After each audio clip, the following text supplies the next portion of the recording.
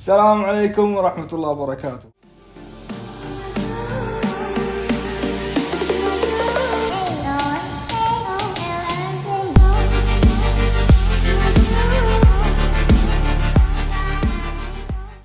السلام عليكم ورحمة الله وبركاته. اليوم مشروعنا الكبير والقوي إن شاء الله، وعلى طويل يعني على طويل مدى طويل شوي، يعني مو يوم وليلة، أتوقع بياخذ فترة، لأن راح نشتغل على الراحة، بمعنى جدا على الراحة.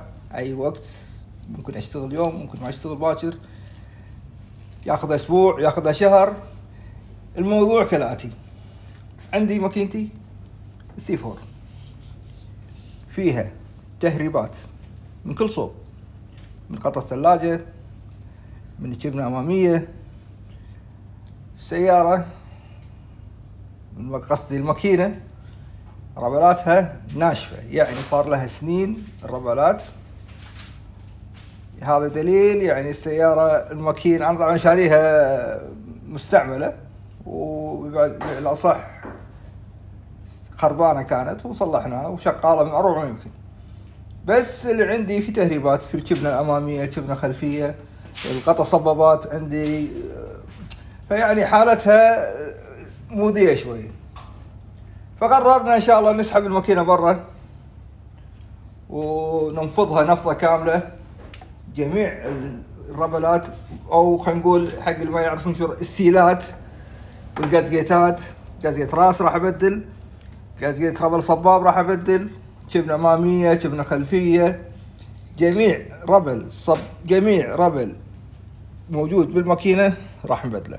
حتى قزقيت راس راح أفك الراس وراح أسوي جرايند بالصبابات. أنا عندي شوي، أنا حاسس إن يعني ما تحرق شوية عدل بنزين، بس الماكينة بالأمانة صافية ما في أي شيء. احنا كنا مسوين لها سيرفيس، مسوي لها كل شيء، وشغالة من 400 يمكن. بس ماكينة حالتها الداخلية احنا ما ندري عنها، لأن كانت يعني خلينا نقول كانت خربانة وصلحناها، بس من برا يعني كانت كهربائيات ما كهربائيات وشغلات ميكانيكية داخلية ما جسناها. فاحنا بنفك إن شاء الله.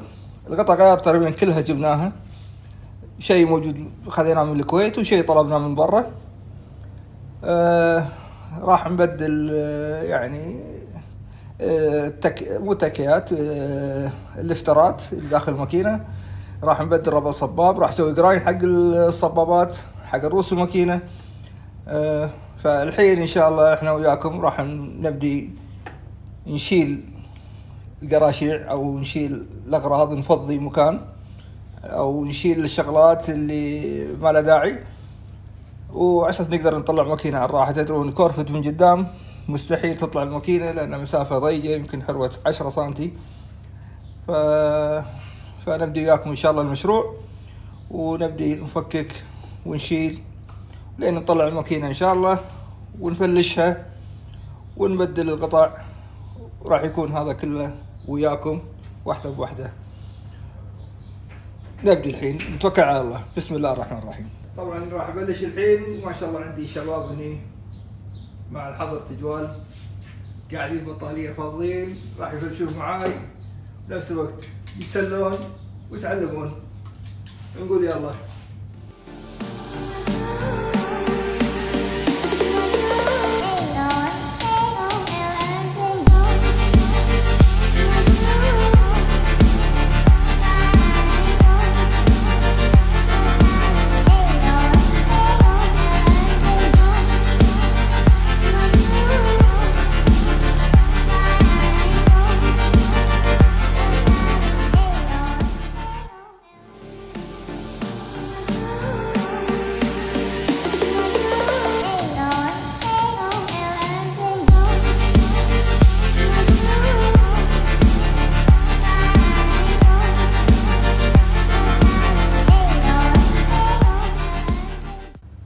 الحين احنا قاعدين نفك الضفيرة، نشيل الضفيرة ونفصل الوايرات عن الماكينة. راح نشيل الدينامو والكمبرسور والشغلات الثقيلة قدام الماكينة، هذا كله راح نفضيه.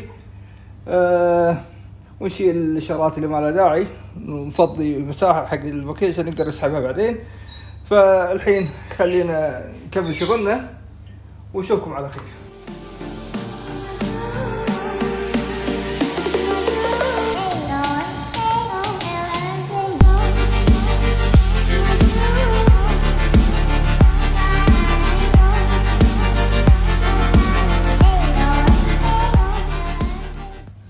خلصنا الحين، فكينا حوالين الماكينة، فكينا الضفيرة، فكينا الطرمبة، قصدي طرمبة سكان، كمبرسور، وانت يا الدينامو، وطلعنا طرمبة الماي الوتر بوم، طلعنا البكرة اساس نسوي مساحة هني. شوف المشكلة بالصاجة هذه لأن المسافة قريبة تقريبا معي حتى 10 سنتي بالنسبة كانت البكرة موجودة. طلعنا البكرة الحين وفكينا تقريبا اغلب الشغلات اللي فوق الماكينه. باقي عندنا ان شاء الله تحت الماكينه نفك المانيفول اكزوز، نفك البطيخه، نفك الدائري مال جير والكراسي الماكينه، وان شاء الله نسحب الماكينه وعقب ما نشيل الغطاء الماكينه. اليوم طبعا خلصنا تعبنا. ان شاء الله مره ثانيه اليوم بنريح، فكينا اللي قدرنا عليه وإن شاء الله باكر نكمل شغلنا ونكمل باقي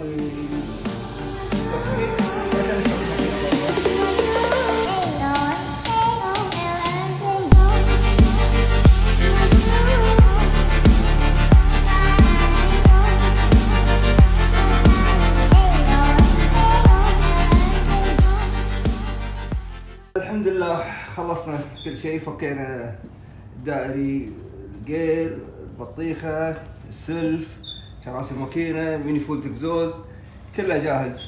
وشلنا شايفين غطا ماكينة شلناه ان شاء الله، بس باقي ننزل السيارة ونسحب الماكينة بس ونكمل وياكم شيلة الماكينة.